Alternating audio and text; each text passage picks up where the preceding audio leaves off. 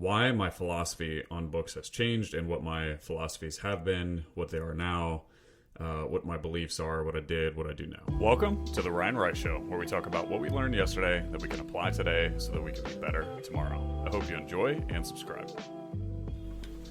What's up, everyone? So in today's episode, I was having a conversation with my wife about the topic of reading books, and she thought I should make a podcast episode about this, and so here we are. If you don't know who I am, my name is Ryan Rice. I spent over a decade working for a Fortune 30 company and left like a crazy person to go do something on my own in a completely different industry. And now I've been running a real estate investment company. I just wrapped up my third year full time, and I'm just entering my fourth year. And I make these just to talk about what I've learned and with the hopes that it might help some of you. So let's dive in here. When it comes to books, I went through several years where I was I want to read one book a week. And I did that for a few years, and so I've read a lot of books. And the reason why I did that is because I wanted to learn more. I wanted to have more knowledge. I thought it would be helpful to read and just learn about more things and get me closer to, quote, what I was after. And frankly, I think the biggest reason I did that is because it gave me a lot of mental stimulation, and I enjoyed that. It made me feel smarter. I could have better conversations with people because I'd been exposed to more things, and I think I got a lot of dopamine hits. And that's all fine. However, I don't have the same belief system about what doing the one book a week. And here's what I learned doing the one book a week is I would read a book and it would be really good. And I remember feeling very mentally stimulated. And then I would go immediately into the next book, and that process would just repeat.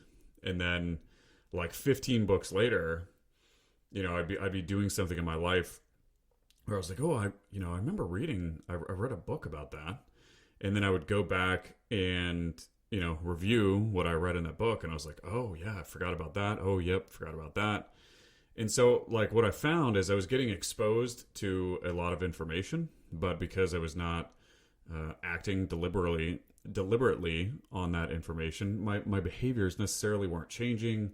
And it was like I was just getting mentally stimulated, and it was great. But I realized that I didn't want to read for entertainment, and I think books do one of three things for us, and I'll talk about that in a bit. But I think to entertain for the purpose of entertaining is one thing that books can bring to us. And I think I was just getting really mentally stimulated, and that's why I did them. Now, granted, it was better than the alternative of not reading those books because I think I was exposed to information or ideas that I didn't have previously, and I think that was helpful. But my strategy now is completely different. Now, how I read is I have very specific topics that I want to learn, or I have very specific skills that I want to hone, and I'm a lot more focused on what problem I'm trying to solve in the moment. And so, for example, something I'm doing now is I want to become a better leader, which might sound ironic because my entire career was leadership. But I've noticed, I'll tell a quick backstory. The reason why I am going on this leadership thing is because I noticed that when I'm working within my business with my team or with partners, and there are people that don't have standards as high as me, that the way that I communicate with them when they're not delivering what I expect could be better. And that's something I know I need to get better at. And so, that's a skill that I'm trying to develop. And so how I read now, and I use that as an example, is I have a skill that I want to develop, and then I'm just going to go focus on a bunch of information about that specific skill, and I'm going to extract what are my biggest takeaways and what frameworks can I apply to my day-to-day life, and what behaviors am I specifically going to change in order for the skill that I'm trying to learn, how am I going to get more proficient at it? In other words, what behaviors need to change in order for me to get more proficient? And I think that is, when it comes to reading, or learning in general. I think that is probably going to be one of the more fundamental reasons of why I read going forward, and what my philosophy is on reading books and how it's changed. Um, and I think, as I think back to how I grew up and the environment that I grew up in, the ideas that I was exposed to growing up, I think the reason that I enjoy the mental stimulation of reading a book a week is because the environment I grew up in. Let's take the topic of finances or money, for example.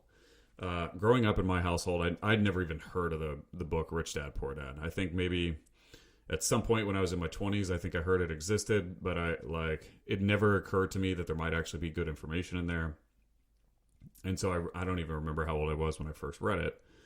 But like everything that book taught, none of those ideas I was exposed to growing up. Either when I was a kid or a teenager. I didn't even know like the book existed, much less the principles that were taught inside the book. In fact, when it came to money or finances, a phrase I heard very frequently was, money doesn't grow on trees, or, I don't even remember any specific conversations or principles around money. I just remember it was just something that we had to do to get the things that we wanted. And money doesn't grow on trees was a phrase that for some reason I remember that phrase being articulated a lot in my household growing up. And even with the people I hung out with, one of my closest friends, for example, I remember like we would talk about money occasionally, especially as our careers first got started or out of college. And I remember him telling me like many times, and this was, over the course of years and several different conversations, that like there's no need to make any more than $200,000 to $250,000 a year, because after you make more than that, what do you need it for? And like, there's no use for it, and it's greedy. And so there were just kind of some fundamental beliefs about money that I was just never exposed to, right? Or certain thoughts and certain topics just never entered my brain. And so, the idea of reading a book like Rich Dad Poor Dad, when I first did it, it exposed to me a lot of different principles and a lot of different ideas that I just had never been exposed to before. And that was very helpful. Another example of this might be how we let our circumstances dictate our thinking.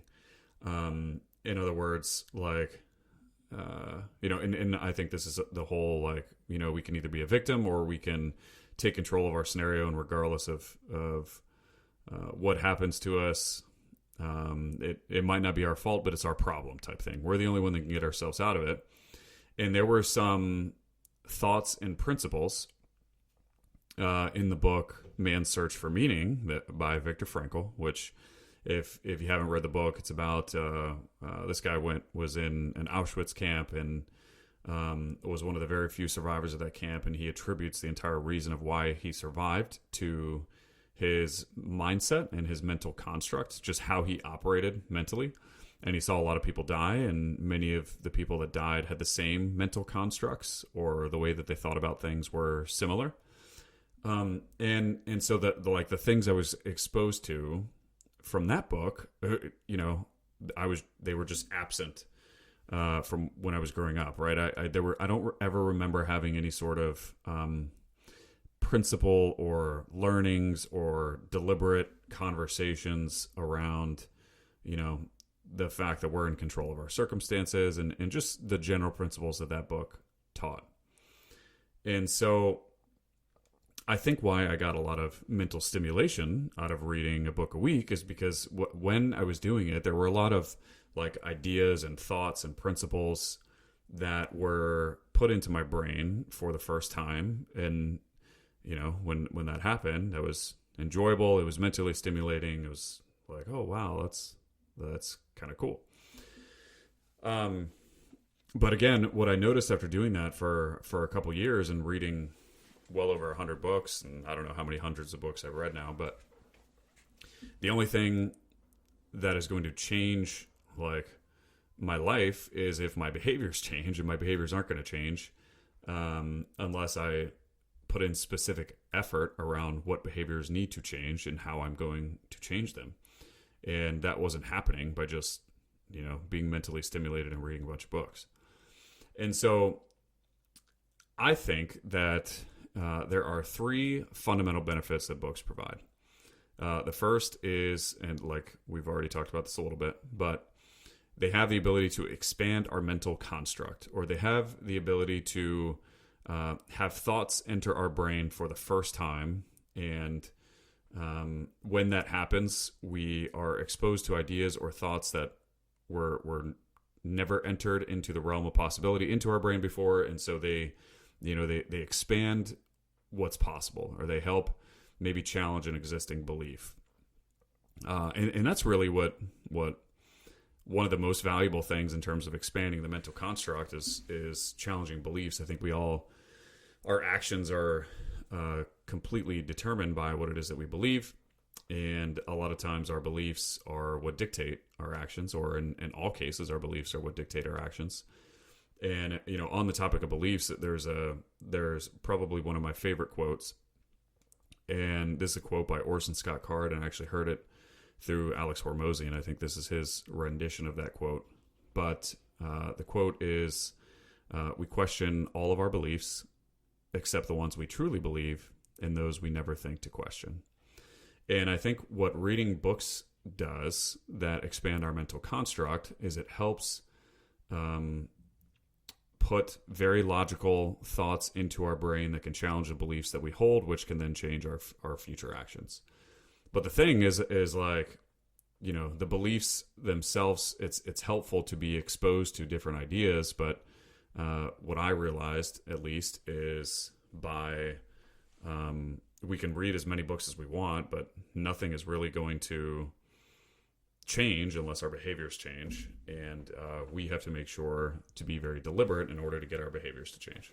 Hey, so I post a lot of my real estate and entrepreneurial journey on my Instagram. You can find me at The Ryan Rice, and if you so choose, I will see you there. Anyways, that was a very long-winded explanation of the first of the three fundamental benefits that I think books provide. Number two, the second benefit I think books provide is they provide specific tactics on a specific subject. How to do X, right? In other words, they can help us hone a specific skill. And a lot of times, even within those books, there are beliefs or ideas or notions that can help expand our mental construct.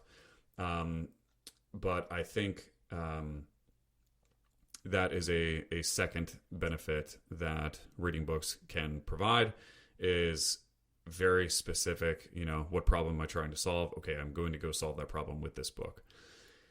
And that is kind of the benefit now that I'm trying to capitalize on as opposed to number one and number three, which I think the third benefit, the fundamental benefit books can provide, is just entertainment, right? And I think, I didn't really make the connection that reading all those books may have been for entertainment, because in all reality, I enjoyed the mental stimulation, and I was being exposed to ideas that I wasn't exposed to before, but I think it was serving the purpose of more entertainment, just because, it wasn't like I was deliberately trying to change my behaviors. And, there would be some things every now and then I'd be like, oh, that's good, and I'll try to implement that. But there was no specific strategy. There were, it wasn't a deliberate strategy. And so I think reading for the benefit of number one and number three, at least speaking for myself, can it be helpful? Sure, maybe. But for me, significantly less helpful than reading for the second benefit I talked about, which is to provide specific tactics on how to do X, or how to hone a specific skill. And so, maybe if number one would be helpful for you, so if you're trying to figure out I want to read books, or I want to get better, how do I decide what books I should read? What books are actually going to help me? What's interesting about that question is you have to understand that there's probably a lot of beliefs that you hold and you may not even know that you hold them. And you're not going to know that those beliefs, one, need to be challenged, or two, have the ability to be challenged until you read more or just get other ideas that can disrupt your current mental construct. And so for me, the best way I could describe that feeling was I had this feeling of, there has to be something more out there. What more might be out there? How can I achieve more? And so if you find yourself with innate curiosity to learn, or that at minimum you just want to question your beliefs, and there is not a specific problem that you're trying to solve, and you just kind of want to read to get exposed to more things. In some examples of this, if you have a belief rich people are evil, or if you catch yourself making yourself the victim of scenarios that, quote, happen to you, or if you catch yourself complaining a lot, or if you feel stuck. I think those are all examples of feeling something and you're not quite sure what the solution is. Then, reading just to have ideas enter your brain that have not entered your brain before so that your beliefs can be challenged could be helpful. And, for me personally, the 5 books, if I had to give you 5 books to read that influenced me the most in regards to that topic, I would say one that was really helpful, and this is in regards to personal finance. We've already talked about it before, but Rich Dad, Poor Dad by Robert Kiyosaki. Second book I would suggest, How to Win Friends and Influence People by Dale Carnegie. Literally, if you just read that book and do everything that's in that book, it's very likely that you'll be good at whatever it is that you want to do. And what I've noticed about reading so many books is the purpose of that book when it was written, and you can tell when you read that the purpose of that book was to give back life lessons, right? The purpose of the book wasn't to sell the book. And you can read in the beginning of that book how all of the extensive research and all of the work that the author put in to writing that book. But I think that's one of the bigger differences about the books that have had the most impact for me versus books that may have been just written to sell copies. But anyways, that was a book that was very helpful for me. And if you just read that book and do nothing but what's in that book, you could probably get by without reading any other books. So How to Win Friends and Influence People. Man's Search for Meaning by Viktor Frankl, which I talked about earlier. Just an amazing perspective on the extremes of, how in a very, very extreme circumstance, and how he mentally operated himself within that extreme circumstance, and how he made it through that circumstance, was just really powerful. And it puts everything into perspective. There's no circumstance that we're going through right now. There might, at least for me, there was nothing that I have been through that compares to what he has been through, which means that literally any problem that I face, the meaning that I attach to that problem is what is more important rather than, my perception of what the actual problem is. So that one was really good. Mindset by Carol Dweck, I thought was just a very good, very simple, very logical. She talks a lot about the fixed mindset versus a growth mindset. And she just articulates a lot of things in a lot of different ways that were helpful to me. So I think that's a good one.